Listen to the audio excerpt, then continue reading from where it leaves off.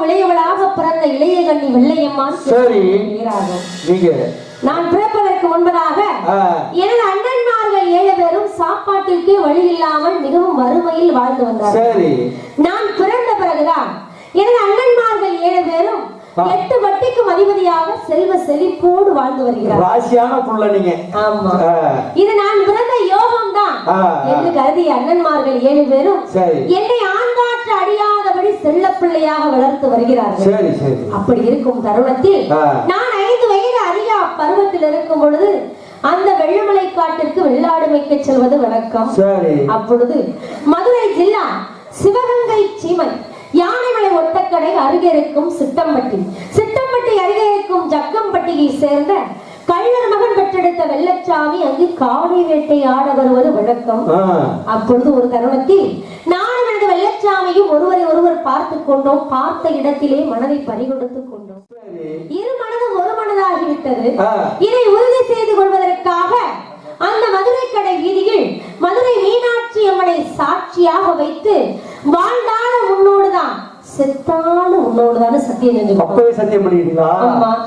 நாங்க சத்தியம் செய்த நாள் முதலாக எங்க குடும்ப சூழ்நிலை காரணமா வெள்ளமலை காட்டிற்கு செல்வதை இருவருமே நிறுத்திட்டோம். இருந்தாலும் என்றாவது ஒரு நாள் எனது வெள்ளச்சாமியை பார்க்க மாட்டோமா, அவரோடு ஒரே ஒரு வார்த்தையாவது பேசி விட மாட்டோமா என்று ஆசையோடும் ஆவலோடும் காத்து கொண்டு நினைச்சுக்கிட்டே இருக்கிறேன். ரொம்ப ஆசையோடும் ஆவலோடும் காத்து கொண்டு இருக்கிறேன். சொல்லுங்க. மதுரை மீனாட்சி அம்மனை சாட்சியா வச்சு சத்தியம் செஞ்சிருக்கா. மீனாட்சி அம்மன் வாசல்லையே திருமணம் செய்திருக்கலாம உறுதியோட இருக்கிறான். எப்படி வெள்ளச்சாமி வருவாரா, என்ன பாப்பாரா? கண்டிப்பா வருவார் நினைக்கிறேன். நினைக்கிறான். நம்பிக்கை தானே வாழ்க்கை. அதனால அப்படிலாம் இல்லங்க, வந்தே ஆகணுன்ற ஒரு வரமுறை. அதனால அதனால எப்படி எல்லாம் வெள்ளச்சாமியில பாசத்தோட இருக்கு தெரியுமா? தென்மதுர சீமையில மீனாட்சி கோவிலில கல்யாணம் எப்போ சொல்லம்மா, ஏன் பொண்ணம்மா சொல்லாம எட்டி வைக்கம்மா.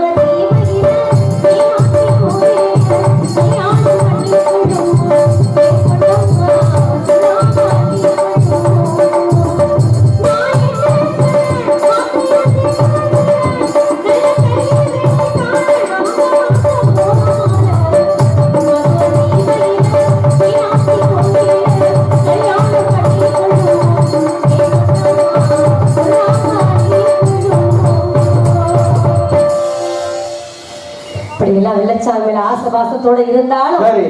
எனது வெள்ளச்சாமியை பார்ப்பதற்கு இப்பொழுது சரியான சந்தர்ப்பம் கிடைச்சிருக்கு. எப்படி சரி. தெரியுங்களா? எங்கள் ஊர் முத்தாளம்மன் கோவில் சாத்திரை திருவிழாவிற்காக எனது வெள்ளச்சாமி சிலம்பாட்ட ஆட வருவதா கேள்விப்பட்டு சரி அவரை நான் மறைஞ்சிருந்து பார்த்துட்டேன். ஆனா அவரு என்ன பார்க்கலங்க. ஆனா வெள்ளச்சாமி நான் போன வாரம் பார்த்தேங்க. நீங்க பாத்தீங்க இருப்பாங்க போல இருக்கு. அப்படியா? காலமாடு குடிக்கல பார்த்தேன். இருந்தாலும் நீங்க பார்த்த வெள்ளச்சாமி வேறையா இருக்குங்க. அப்படியா? வெள்ளச்சாமியை பார்த்துக்கவே முடியாதுங்க. அப்போ உசுரப்பட்டி வெள்ளச்சாமி இருக்குமா? பாட்டுக்காரா இருக்குமா? உசுரப்பட்டி வெள்ளச்சாமி ஐயோ அவர் இல்லங்க. சரி இவர் வேறங்க. அப்படியா? ஆமா. அதனால எவரா இருக்கு ஏங்க உங்களுக்கு என் வெள்ளச்சாமியை பத்தி என்ன தெரியும்? சரி என் வெள்ளச்சாமியை பத்தி எனக்கு மட்டும் தாங்க தெரியும். ஆமா ஆமா ஆமா. அதனால ஆணழகன்னா அவர் தாங்க. அழகன்னா அவர் தான் ஆணழகங்க. சரி விநாயகர் சாமினா முருகன் தான். முருகன் எவ்வளவு அழகோ எவ்வளவு அறிவோ அதே மாதிரி என் வெள்ளச்சாமி அப்படிதான். ஆமா. அதனால என்ன அவர் தெய்வம்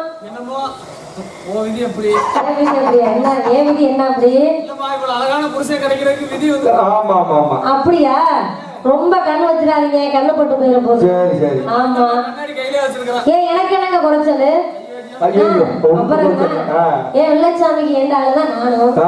அதனால வெள்ளச்சாமியை பார்ப்பதற்கு சரியான சந்தர்ப்பம் கிடைச்சிருக்குன்னு சொன்னேன் அல்லவா? எனக்கு வெள்ளச்சாமி வந்தா அவரு தெரியாது போல நினைக்கணும். ஏன்னா அவரு என் மேல எவ்வளவு பாசம் வச்சிருக்காரு, எந்த அளவுக்கு ஆசை வச்சிருக்காருன்னு தெரிஞ்சுக்கணும். என்ன மறக்காம இருக்காரா அப்படின்னு தெரிஞ்சுக்கணும். சின்ன சோதனை பண்ணி பாக்கணுங்க. இருந்தாலும் அவர் வருவதை எதிர்பார்த்து கொண்டே இருக்கிறேன். அப்படி எல்லாம் தெரியுமா? அதற்கு முன்பதாக இந்த வெள்ளையம்மாள் யார் எப்பேற்பட்டவர் என்பதை சொல்ல வேண்டும் அல்லவா? சொன்னா தானங்க தெரியும்.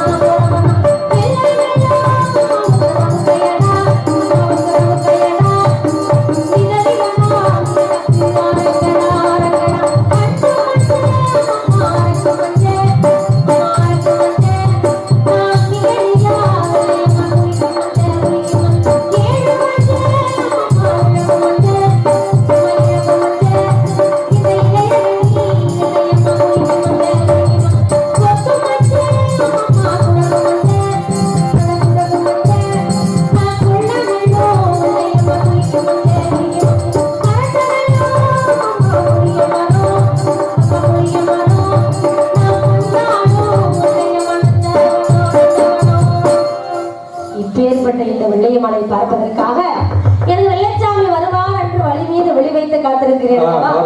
இரவு நேரம் ஆயிருச்சு, நடு சாமம் ஆயிருச்சு. ஆனா என் வெள்ளச்சாமி இன்னும் வரலங்க. ஒருவேளை என்ன மறந்துருப்பாரா? மறக்க மாட்டாரா? மறக்க மாட்டாரா? சொல்ல முடியாதுங்க. மறந்திருந்தாலும் மறந்துருக்கான். நம்ம அரண்மனைக்குள்ளே வாழ்றோம். அதனால அவர் நினைப்பு மாறாம வாழ்ந்துட்டு இருக்கிறோம். அவரு நாளாகரம் போறவரு. 4 பேரை பாக்குறவரு, 4 பேரை சந்திக்கிறவரு. மனசு மாறினாலும் மாறிடும்ல. சொல்ல முடியாதுங்க. வெள்ளச்சாமி மனசு மாற மாட்டாரு நீங்க நினைக்கிறீங்க. நானும் அந்த நம்பிக்கையோட நாங்க காத்துட்டு இருக்கிறேன். பாப்போம் என்னதான் நடக்குதுன்னு பாக்கலாம். எப்படியும் என்ன தேடி அரண்மனைக்கு வரும்போது தெரியும்ல. ஆமா, அதை விடக்கூடாது. வந்தாலும் சோதனை பண்ணி பாத்துறணும். எவ்வளவு பாசம் வச்சிருக்காரு, எந்த அளவுக்கு பாசம் வச்சிருக்காருன்னு சின்ன சோதனையாவது பண்ணி பாத்துறணும். சொல்லுங்க, என்ன சொல்லணும்? ஏன் சொல்லக்கூடாது? சோதனை பண்ற நீங்க சொல்லக்கூடாது. நீங்க பேசாம பார்த்துக்கிட்டே இருங்க. என்ன பண்றதுக்கு? கல்யாணம் பண்றதுக்கா? மொட்டையா சொல்லாதீங்க, பெருத்தமா சொல்லுங்க. அப்படியா? ரொம்ப வெட்டாதீங்க, வெட்டிட்டு போயிடாம. ஆமா, அப்படியா? அதனால வெள்ளச்சாமி எதிர்பார்க்கலாமா? இதோ எதிர்பார்க்கிறேன். ஆ